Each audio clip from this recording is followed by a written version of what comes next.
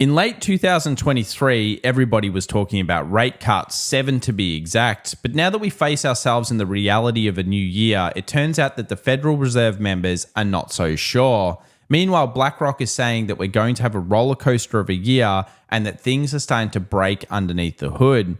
So who's correct? Well, it turns out that price action will be the biggest dictator of this. But what about the secret signals that are happening underneath? The rise of the volatility of volatility, and more importantly, a day that looks pretty slow, but actually had 85% of stocks declining. How rare is this? Well, it turns out very. Today we discuss stocks, commodities, and cryptos together.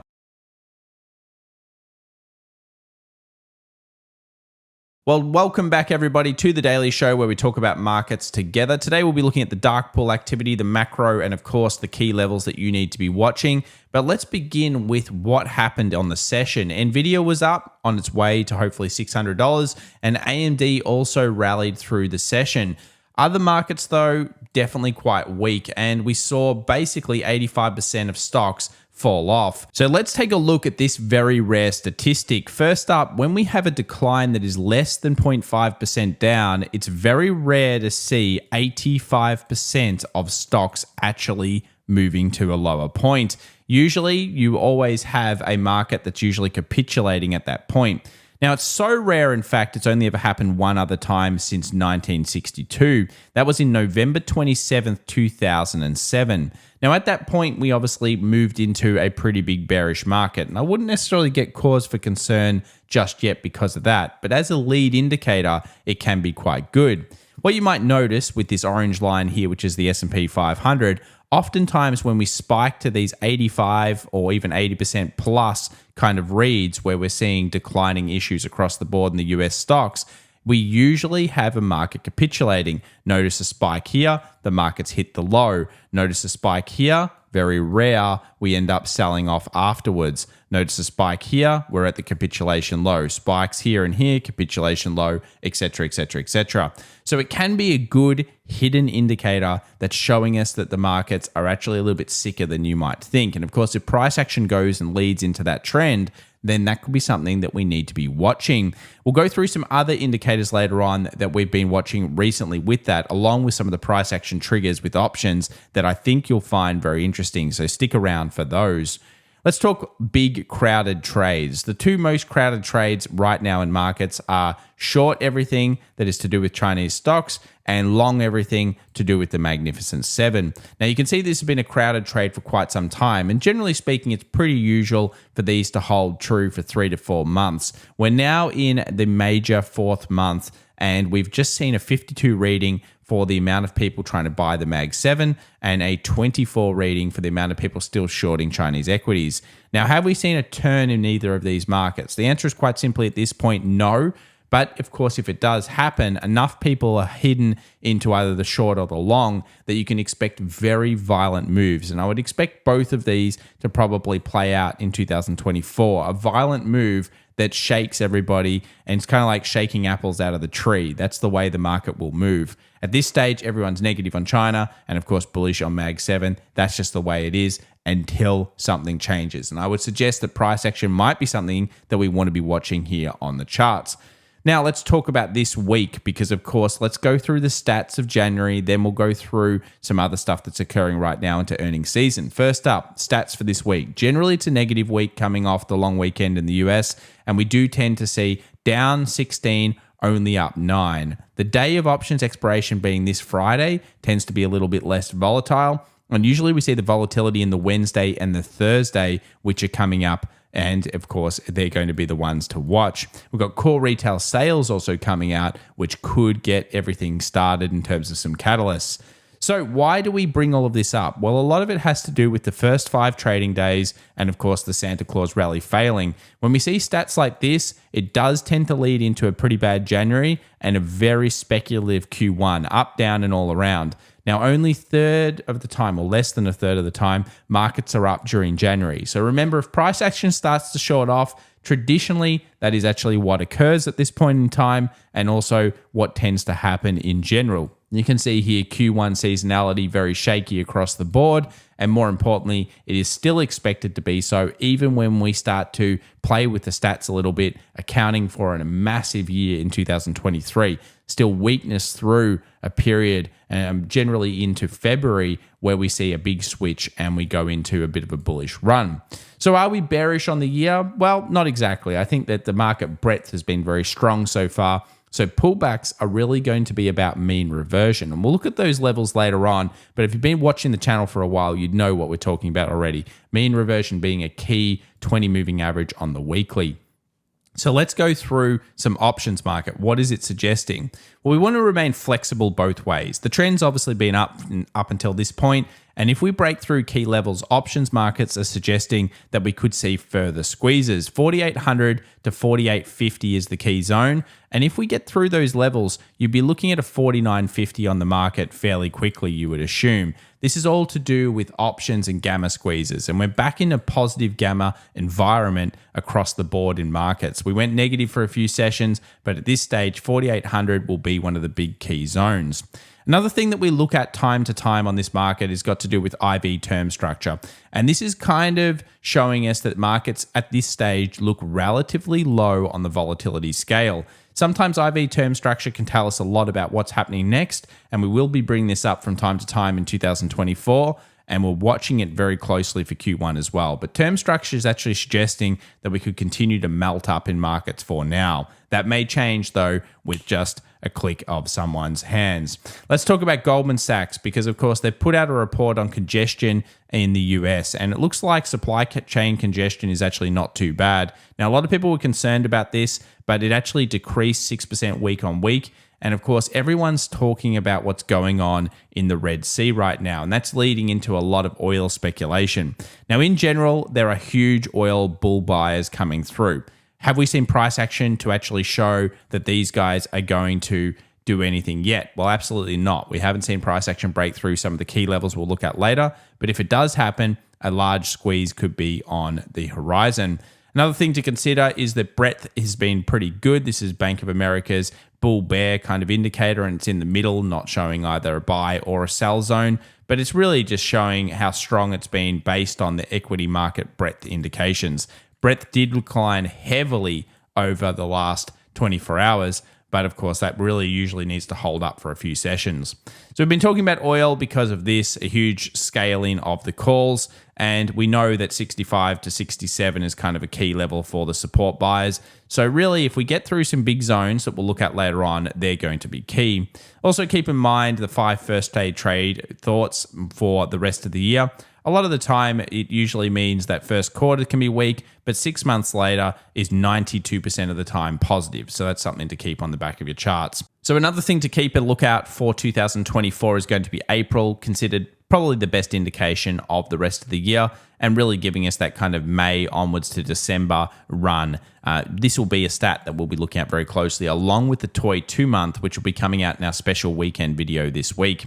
Now, we posted over on X a couple of things. This has got to do with earnings season this year. These are the expectations in terms of earnings per sector as well. And you can see in a lot of ways that we're expecting some negativity to come into some of the markets. In fact, expectations aren't very good here for the Q4 guidance, and it's coming across in the markets. So really, it's not necessary that the markets are looking for super strong kind of returns, but do remember we do have quite a lot of sectors that have done that kind of potential of buying the rumor and selling the fact. And of course, we're looking at healthcare and financials in consideration here as they kick off everything, with big key levels being a zone that we want to be watching. Watch XLF, and of course, watch some of these major healthcare stocks as well, because if they breach underneath key levels, it could be kind of another sign that markets are about to tip over. And again, further confirmation if you see big markets starting to go through their key supports.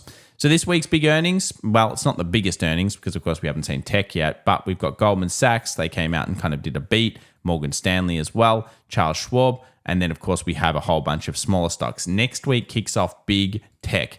So big tech happens next week. It's going to be one to watch, and make sure you sub to the channel because we'll be releasing as well this, which shows you all of the expected moves of stocks during their earnings report. Remember, some of these stocks are going to get wild. So if you're not aware of the risks involved, you will be seeing some 10 and even 25% style moves coming through some of these stocks. So we talked about dark pool trades before. There are quite a few going on in the markets, and I want to kind of look at two major ones here. First up, some leveraged S&P 500 contracts. Are they buys or are they sells? Well, I think we'll know a lot past 4,800, of course, on the S&P. But you can see here 3 large trades going through all around the same price. Now, these could be sells. And if the market does end up weakening off and going through these lows down here, which we'll look at later on today's chart, it may be incredibly important. You'll also notice that there are a lot of trades that have gone through all of this level here. So again, markets start to weaken. It's pointing towards a further sell-off that's really going to probably push that mean reversion standpoint. Let's now have a look at the Russell, as it could be the best read of all. Large trades coming through, very similar price here on the Russell, and a little pickup yesterday in the previous session, or today in the US in the previous session, to make sure that we got back to gap filling, but at the same time we then rejected with a large wick. And I think that's very key, and we'll look at it later on today's video. You can also see this level is clearly heavily traded. There are so many trades going through, and I would suggest that this looks at this case to be a short. If it gets bitten off and markets do bull but against this, 4,800 is broken out, get ready for the squeeze. But at this point, everything's kind of pointing towards that short narrative coming through in the market. Large trades, big wick rejections, those types of things.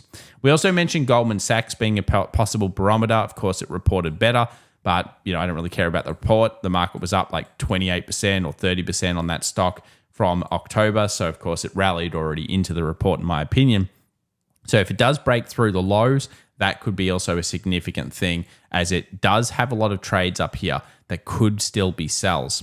Let's move through the options market and have a look. Big options day, almost 41 million in options, 53% calls, 47% puts, with a lot of puts put in right around the money, which is kind of holding it up at this stage and causing this lower volatility, even though we had 85% of stocks declining. And you'll notice there's some big trades coming through a few things. Notably, Treasury's got some still elevated trades going through energy. In this case, there were a lot of puts coming in, being calls up until, I guess, the last 24 hours. A lot of hedging going on there, no doubt. And we also had a pretty even amount of S&P 500 positions as well. A little bit more geared towards the puts, though, than it has been in recent days. Let's move to the rotation. So the rotation was really heavy out of gold. You can see here down 4.41%, pretty big sell-off there. Defensives across the board, not really having a good session. But what this shows you is that if it wasn't for a couple of tech stocks and really Nvidia and AMD, the market just wouldn't have been up. Only those markets were up through the session. And even with semiconductors, if it wasn't for AMD and Nvidia, it probably wouldn't have been up either. So it was really just a couple of stocks holding firm. What do you guys think about this? Do you think it's worrying that we've just got a couple of stocks? What if it happens for a second day and then we break down? That could be really bad. So let us know in the comments down below. Let's go through the last 5 days. Again, rotation has been kind of firm for a couple of the defensives, being healthcare and staples. They've held okay. Semiconductors and tech and communications being out in front.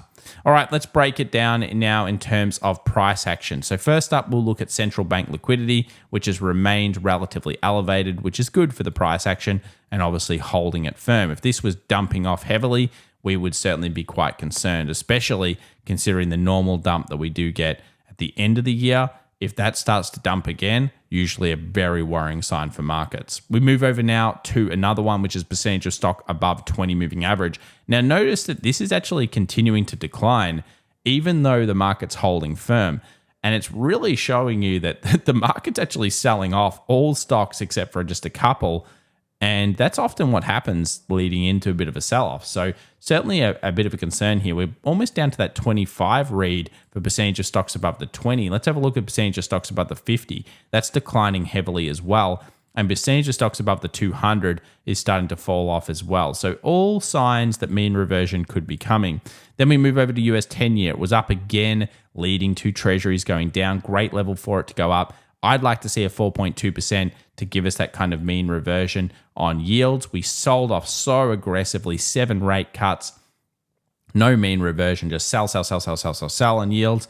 Now it's time for us to get back up to those levels. Same thing on treasuries. This continues to weaken off, which is exactly what we've been talking about. We saw those large trades, took a little while for it to play out, and then it's moved down. So yeah, it's interesting. We're almost at that level of 93 now to 94. So it's kind of what we've expected so far. Could we be going a little lower? We'll be looking for price action based turns. So remember, at this point, the treasuries and yields, yields up, treasuries down, at least that's what we're seeing. Similar when you go to a few other markets as well, including the dollar, which we'll check out in a second. What about our lead bonds indicator? It is looking weak. It was down. The market was down only a little bit. Again, if the bonds are going down and the market's holding firm for a little bit, this keeps going down, we keep going sideways, I'd say the bonds market is correct in this case. Let's move over to transportations and what's going on with the transportation average index. Now, this has been moving down recently. Again, it was kind of a sigh for, or like a bit of a cause for concern, double top, obviously almost at the first take profit target, which is 15,200 over the last 24 hours. Big volumes coming through as well. If transportations are weakening, can show underlying signs of weakness in the economy. Home builders also down for the session, not hugely, but also down for the session. At the turning point as well, if you'd had to go at shorting home builders, I guess that would have been fair. Because it's right around that level that you would usually expect shorters to come in. And you also get an island reversal here with a gap up and a gap down. Again, not a strong sign. I mean, the back end of 2023, everything was so strong. Everything looked so good. But now there's so much weakness across so many of these key indicators. Speaking of another key indicator, it's the US dollar. Now, oftentimes we've seen the US dollar go up and markets weaken off. And conversely, if US dollar's gone down, we've seen markets go quite strongly. So this is a pretty significant breakout. I'd say pullbacks are going to be met by bull demand. We've talked about it for ages. Huge movement, big trend line down. Movement towards 103.80 to 104 is the key here for the dollar. And currency traders would be very happy with that gap up. As soon as that happened, pretty much it was a rally on the cards. And this is a big deal. So yeah, dollar moving through could mean weakness across a lot of things, including gold, which came back to the most traded zone. So this is an important level for gold. I would say, like we talked about, this is where the shorters are. This is where kind of accumulators have been so far. This is one of our extreme levels that we're looking for to down to 1980. So around here is where you're looking at your longer term gold buys. And yeah, it's more of a muchness. Since we saw that big, huge dump off over here on the left-hand side in December, we've talked about the market for gold being sideways. And so far, it's been up, down, and all around, but still completely sideways. So at the most traded zone, some buyers might be looking for structure in here, but I could see it going lower as the dollar pumps higher. Now let's move to oil. So often when we see yields go up, oil can come with it. We do not have a breakout for this. We know there's calls. We know there's some markets that could be looking for rallies here, but unfortunately, oil is still not through that 74 closure breakout. So because of that happening, we don't have any triggers. We are watching it, downward trend line, obviously 78 on the horizon to possibly 82 to 84 a barrel as well. So some key levels and some pretty large moves that could occur. And a lot of this has to do with mean reversion. So that is markets coming back to at least the 20 moving average, which is sitting around that kind of 76 to 78 zone, depending on which moving average you're using. And in general, also being a relatively oversold market with a strong base through that 67 to kind of 65 zone. Very, very strong base, especially in options. Let's now move to a couple of stocks. Tesla found a rally after hitting a big green line here. Didn't quite get down to the 210, which I would have been looking for through the session. And you can see it found a little rally, but not making it above the previous high. So is there enough here from Tesla? Not really. There's no strength predominantly here. Yes, that's a trade up. Yes, it ended up doing okay, but really the price action still remains down on Tesla until it takes out some nice structure, and it just hasn't done that yet. So Tesla's still weak on the charts. Speaking of strength though, Nvidia 563. Can it make it to 600? Is it going to do something like this and then the market's going to drop off? Well, Nvidia, of course, getting those huge rallies. I'm not negative on this at all at this point. Obviously, we think that the trend is up. 600 is still on the target from a price action based perspective. And one thing you could be doing is starting to trace it behind certain key levels. So tracing it behind market structure. This is a standard kind of accumulation breakout, and we're looking for that. If you are thinking of weakness, if this just suddenly went boom straight back down, ended up being a huge shooting star or something, then you could start to say, okay, well, it's a Wyckoff and a UTAD. But at this stage, if you're on that bandwagon, then good luck to you, and I hope it gets to your levels that you require. Let's move over to Goldman Sachs. No major breakthrough. I actually hit the alert, but it was only like fractionally lower, so it wasn't enough. This was one that we're looking at. We still are. Key resistance. I think if things like Goldman Sachs and financials can get through their highs, then that's really going to show you that the market's squeezing and moving higher. But at this stage, if you look at the financial sector, which is a very important sector for us to be watching here, it often does begin kind of like crashes or market sells or any of those types of things.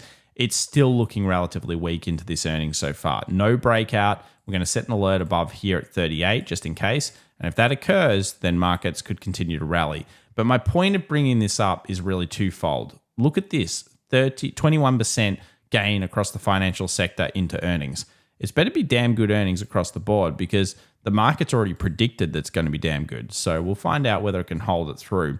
German market showing signs of significant weakness. This is the DAX. Again, one of the strongest markets in the back of 2023, starting to just keep seeing sells. Actually, not a bad little trade in here if you were onto it over the last kind of like day or so, which was a short in here. Break even that, by the way, that's a break even at this zone if you were getting into it. Not too bad from the short side, I guess, small time frame. Does still look weak. Obviously, no real support until just underneath 16,000. So if we break through this level, probably moving down into that level, you can watch out that 16.4 area as well. But yeah, in general, I'd say the German market looks quite weak. Same thing for the Australian market. Hit the high, no breakout momentum high yet. I actually don't mind to see a bit of consolidation here and market weakness. So we're looking for a little bit of weakness into a little bit of strength. That would be quite nice. And yeah, mean reversion could be on the cards as well. For this one, taking us down to those 7200s. US 2K. So this is where things get kind of interesting. We saw the short on Friday after rallying back into this zone. That clearly tells you that a large player entered supply. We know that we have large trades through here that keep getting rejected off. And we also can go down to the smaller time frames.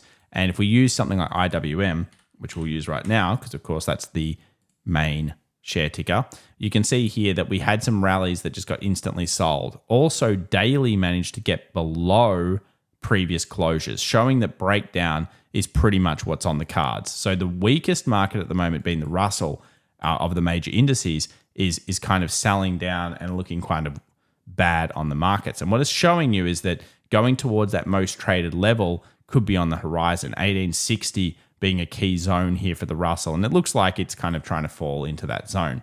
NASDAQ still holding its big supply area. This is where we've seen sellers defend. They must defend this zone. If we squeeze above here, it's going to be, I think, quite brutal on the upside. Some signs of concern. Again, some things change trend in here, which means we have to watch a lot of reactions around 16,650-ish zone. And we also know that there's shorters all the way through this level at this stage. So it's the fight between the shorts and the buyers and very key levels. When we go to the S&P and we look at the SPX, we can get rid of that gap fill now. We actually did get a secondary gap fill though. You can see here the closure, then it came up and rallied. Now, if you shorted the gap, nice. That's pretty good. Not a bad short. Now, it could have been better. Of course, you'd like for it to go down, but this has just been a series of indecision candles at the peak.